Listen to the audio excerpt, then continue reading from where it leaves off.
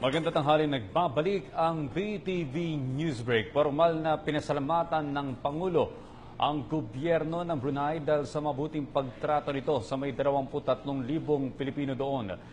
Kinilala din ni Pangulong Duterte ang mahalagang papel nito sa peace and development sa Mindanao. Mula sa Brunei, may report ang aming kasamang si Rocky Ignacio. Pinatatagpan ng Pilipinas at Brunei ang ugnayan sa harap ng ika-30 anibersaryo ng diplomatikong relasyon sa state banquet na ipinagkaloob ni Sultan Haji Hassan al-Bolkiah sa Istana Nurul Iman. Tiniyak ni Pangulong Duterte ang commitment ng Pilipinas para mapanatili ang magandang relasyon ng dalawang bansa. Kabilang na dito ang larangan ng pamumuhunan, kapayapaan at maritime security.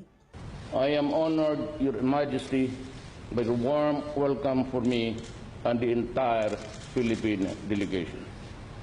Your sincere hospitality reaffirms the esteemed friendship that is always valued deeply by my people. Dumalo sa state banquet ang delegasyon ng Pilipinas, membro ng Royal Family, opisyal ng Brunei Government at membro ng Diplomatic Corps.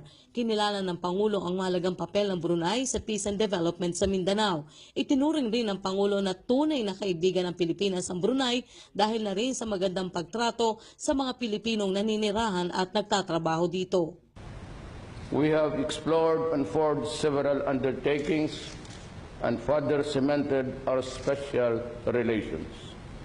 These benefit not us, but all of nations. We have much to look forward as we work together for a greater peace, progress, and prosperity. In store for us are many opportunities to further strengthen our partnership in trade and investments, in the political security cooperation, in the peaceful settlement of disputes, in bringing just and lasting peace to Mindanao, and in building a stronger ASEAN. There is much at stake for our nations and peoples. As true friends, we can only and should count on each other to achieve our shared objectives. Ipinabot naman ni Sultan Bolkiah ang pagbati kay Pangulong Duterte sa pagkaluklok nito bilang leader ng Pilipinas. Kinilala rin ito ang reform agenda ng Duterte administration. Kabilang na dito ang pagbuhay ng Brunei, Indonesia, Malaysia, Philippines, East Asia Growth Area o BIMP-IAGA. Today, there remains much potential to be tapped in our economic cooperation. This includes strengthening our work in the energy sector, as well as exploring new areas in the halal industries. Mr. President, we also enjoy good cooperation in defense. Our 13th International Monitoring Team left for the Southern Philippines last month. Since 2004, we have worked closely together to promote peace and stability in that part of your country. Formal na rin pinasalamatan ng Pangulo si Sultan Bolkiah dahil sa mabuting pagtrato sa may 23,000 Pilipino dito. Pasasalamat rin na ipinabot ng Sultan sa Pangulo dahil sa malaking tulong ng mga Filipino workers sa Brunei. Para sa PTV News, Rocky Ignacio, Brunei, Darussalam.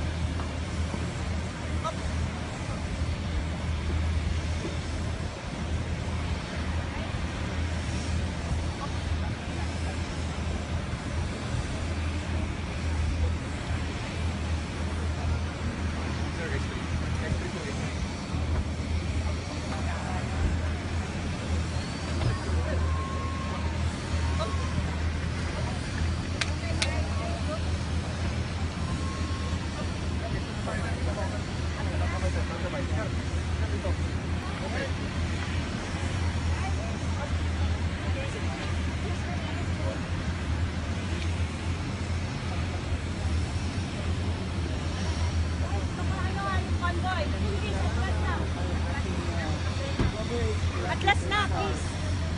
Atlas na, yung convoy masasagasaan natin. Guys!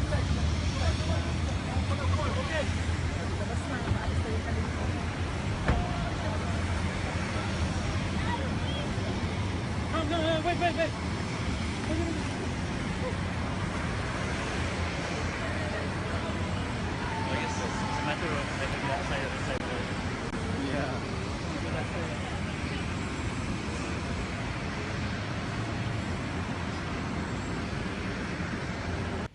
The members of the cabinet who are here, Secretary Lopez, and si ating Brigadier General Casiano Monilia, my favorite general, sir. Yes, sir. Used to be the Task Force Davao. And before that, I don't know kung si Milen nandito, Garcia. Is she coming with me to sa China? There are a lot of punta na China. Okay. Si Miss Udang, my fellow workers, my countrymen. I will depart today for Brunei, Darussalam, to meet His Majesty Sultan Haji Hassan Al Bolkiah. We will discuss of further enhancing the special ties and reaffirm the enduring relation between our two countries and peoples. I will seek to foster closer cooperation, especially within the context of ASEAN. Among the priorities will be intensifying two-way trade and investments, developing our halal sector, and MSMEs are points of discussion. Along with the growth and development, I shall seek to further strengthen joint resolve at securing just and lasting peace in Mindanao. Brunei has always been a steadfast partner for peace. As the Philippines enters its important phases in our peace talks, Brunei will continue to play an important role. In the area of defense and security cooperation, I will seek collaborative undertakings in the sharing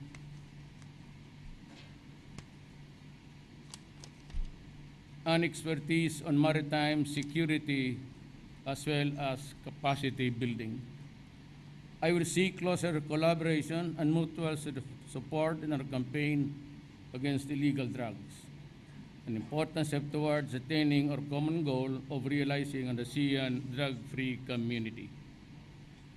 I am also to meet with the Filipino community. It will be an opportunity to thank them for their contributions to socioeconomic development and to apprise them of developments here at home.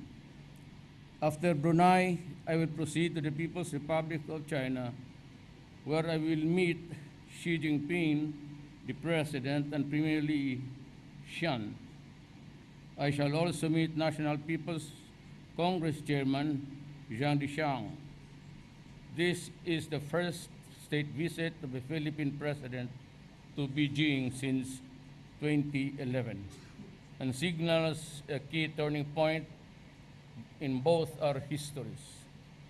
I will look forward to renewing the ties of friendship between the Philippines and China, and to reaffirm the commitment to work closer to achieve shared goals for our countries and peoples. As we mark this year of the 41st anniversary of the establishment relations between China and the Philippines, we will look at the sum total of our relationships. We shall seek ways to strengthen cooperation, particularly to intensify two-way trade and investments. I look forward to exchanging views with the leaders of China on how we can further improve our bilateral relations.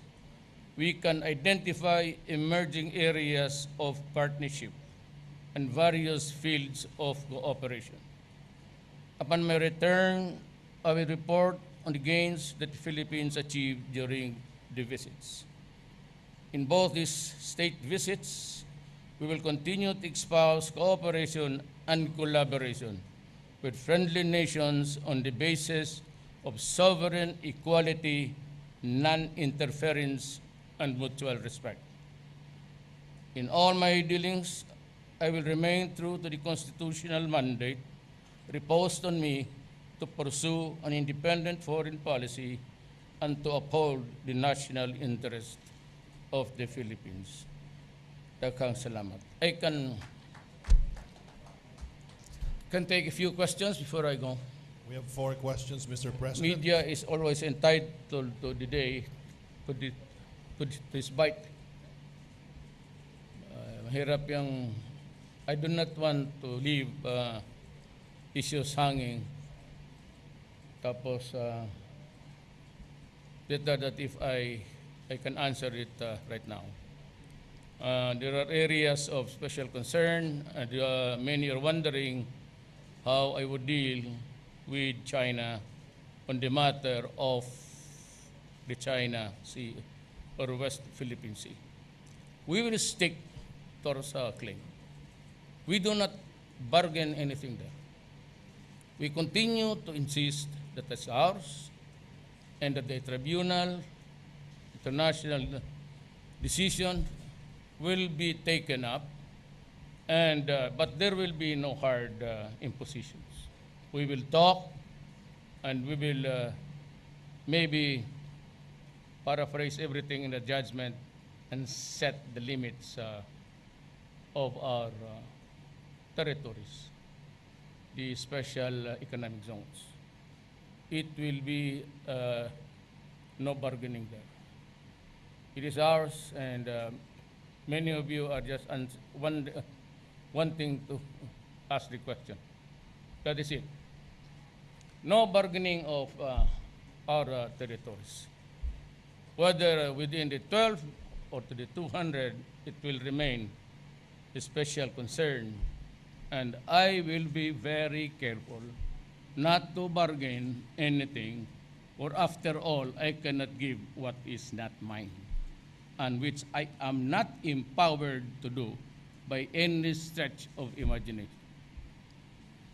There will be no, as I said, hard impositions, because this is a matter of international committee. When you go there, you only want to talk. And remember, there are only 2 options.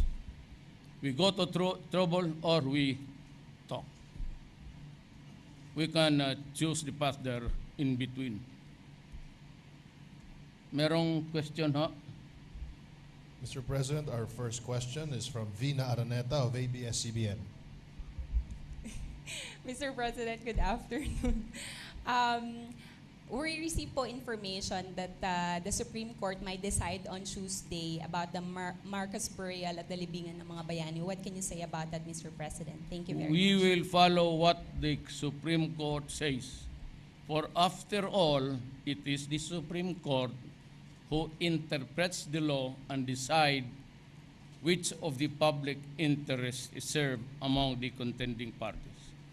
My position is that there is a law which grants Marcos a burial in the libingan ng mga bayani. My position that as long as there is that law, it shall be followed. In the matter of the medals and heroism of the late Marcos, that is not the issue. And that is to be resolved maybe in the generations to come. It could not be decided on the group now which were actively and physically and emotionally involved in the issues that went past. We can never have a good reading of that.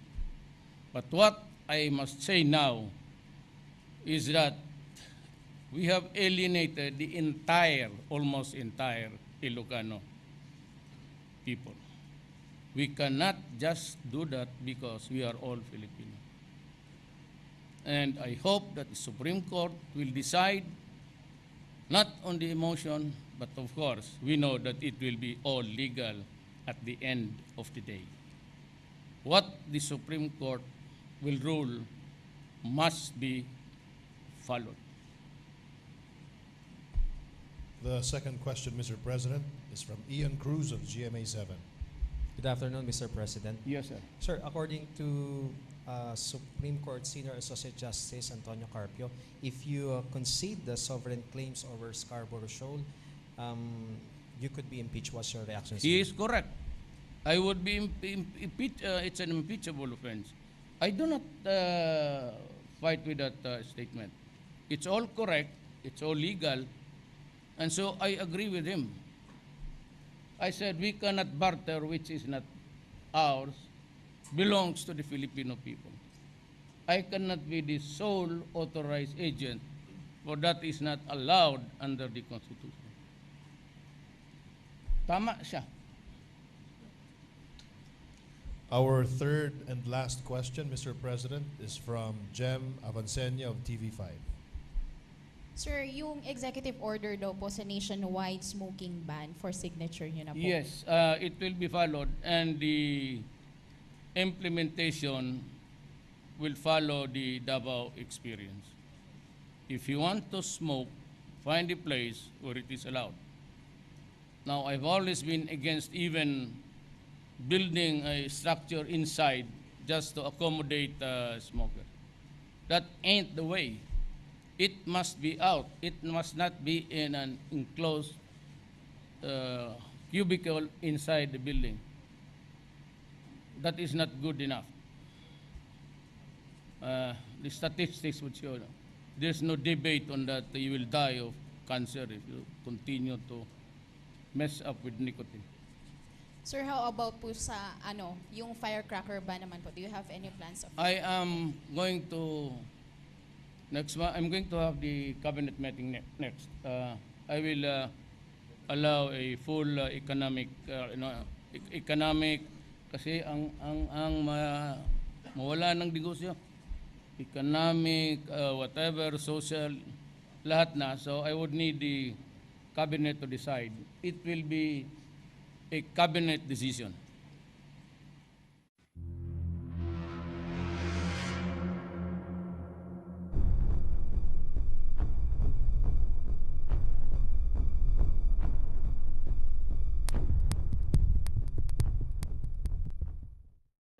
Magandang tanghali, nagbabalik ang BTV Newsbreak. Formal na pinasalamatan ng Pangulo ang gobyerno ng Brunei dahil sa mabuting pagtrato nito sa may 23,000 Pilipino doon. Kinilala din ni Pangulong Duterte ang mahalagang papel nito sa peace and development sa Mindanao. In trade and investments, in the political security cooperation, in the peaceful settlement of disputes, in bringing just and lasting peace to Mindanao, and in building a stronger ASEAN. There is much at stake for our nations and peoples. As true friends, we can only and should count on each other to achieve our shared objectives. Ipinabot naman ni Sultan Bolki ang pagbati kay Pangulong Duterte sa pagkaluklok nito bilang leader ng Pilipinas. Philippine delegation. Your sincere hospitality reaffirms the esteemed friendship that is always valued deeply by my people. Dumalo sa state banquet ang delegasyon ng Pilipinas, membro ng royal family, opisyal ng Brunei government at membro ng diplomatic corps. Kinilala ng Pangulo ang mahalagang papel ng Brunei sa peace and development sa Mindanao. Itinuring rin ng Pangulo na tunay na kaibigan ng Pilipinas ang Brunei dahil na rin sa magandang pagtrato sa mga Pilipinong naninirahan at nagtatrabaho dito. We have explored and forged several undertakings and further cemented our special relations. These benefit not us, but all of nations. We have much to look forward as we work together for a greater peace, progress, and prosperity. In store for us are many opportunities to further strengthen our partnership. Mula sa Brunei, may report ang aming kasamang si Rocky Ignacio. Pinatatagpan ng Pilipinas at Brunei ang ugnayan sa harap ng ika-30 anibersaryo ng diplomatikong relasyon sa state banquet na ipinagkaloob ni Sultan Haji Hassan al-Bolkiah sa Istana Nurul Iman. Tiniyak ni Pangulong Duterte ang commitment ng Pilipinas para mapanatili ang magandang relasyon ng dalawang bansa. Kabilang na dito ang larangan ng pamumuhunan, kapayapaan at maritime security. I am honored, Your Majesty, by the warm welcome for me and the entire